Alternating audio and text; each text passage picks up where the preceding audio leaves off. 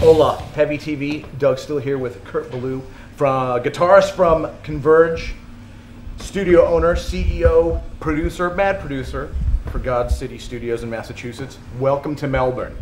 Thank you very much. And it's been your fourth time here?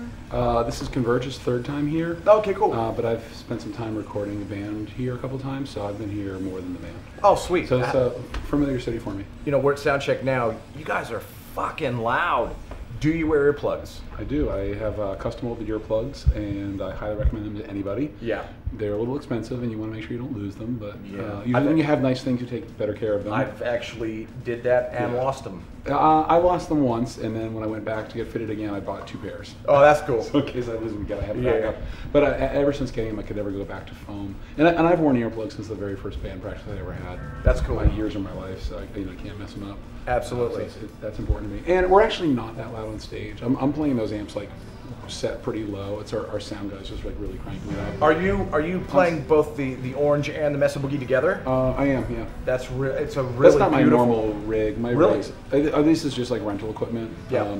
My rig varies all the time, but I'm always playing out of 2 amps. Yeah. I have like a pseudo doubler effect that I run on 1 amp, which since we're a 1 guitar band, it allows our sound man to hard pan 2 guitars. Oh. And if you have like 2 guitars or 2 amps running simultaneously, even when you hard pan them, like you'll get a phantom center channel, which is where the bass drums and vocals lie. But if you have like one of my amps is subtly delayed and detuned, and it sounds resembles sound like 2 guys. Yeah, if you stand in front of the amps, it sounds kind of like a cheesy chorus thing. And if I were to do that on a record, it sounds a little fake. But live, it sort of opens up the center channel and allows more space for the drums, bass, and vocals. So it lets me be louder without being in their way. Yeah, it sounds really, really good, really heavy.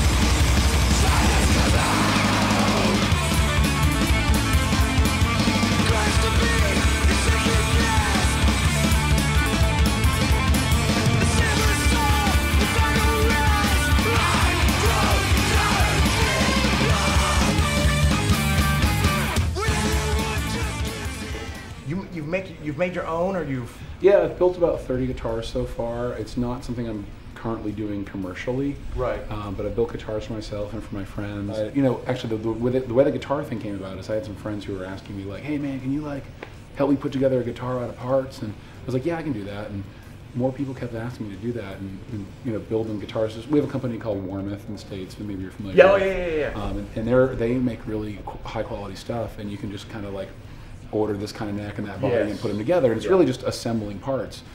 So I was thinking, I had actually built 1 guitar, you know, back when I was 18 at my dad's shop, and I just started thinking like, hey, you know what, I could just like make my own guitars pretty easily, use Warmouth necks, build my own bodies and pick guards at my dad's shop, and sell those to my friends, and it would be a little more unique than something they could just build at, through Warmouth, but essentially the same quality. So you know, so I started using my computer modeling skills to design bodies, and I designed like a few different body shapes, different pick guards with different configurations, and a bridge.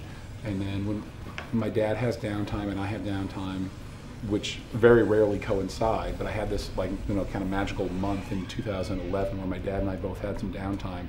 So I just went in there and took my computer-aided designs and, you know, put them into his, he's got like a 3-axis CNC milling machine, and put them in there and just cut out a bunch of bodies and a bunch of pick guards. And then, you know, when I made them, I had a few customers in mind, and then just sort of like, you know, offered them up to my friends and was able to sell off the rest of them. On this particular tour, the 2 guitars that I'm playing are both ones that I built.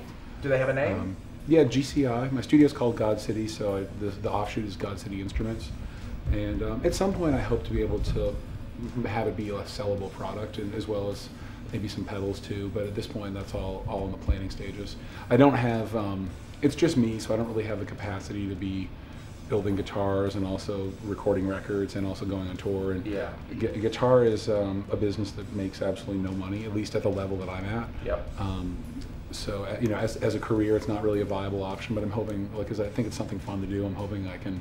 I'm more interested in designing guitars than I am interested in building them. Yep. So I'm hoping to bring my designs, but not my labor, to a Right. sellable product at some point. Kurt, thank you so much for your Yeah, time. no problem. You're a champion. Thank you.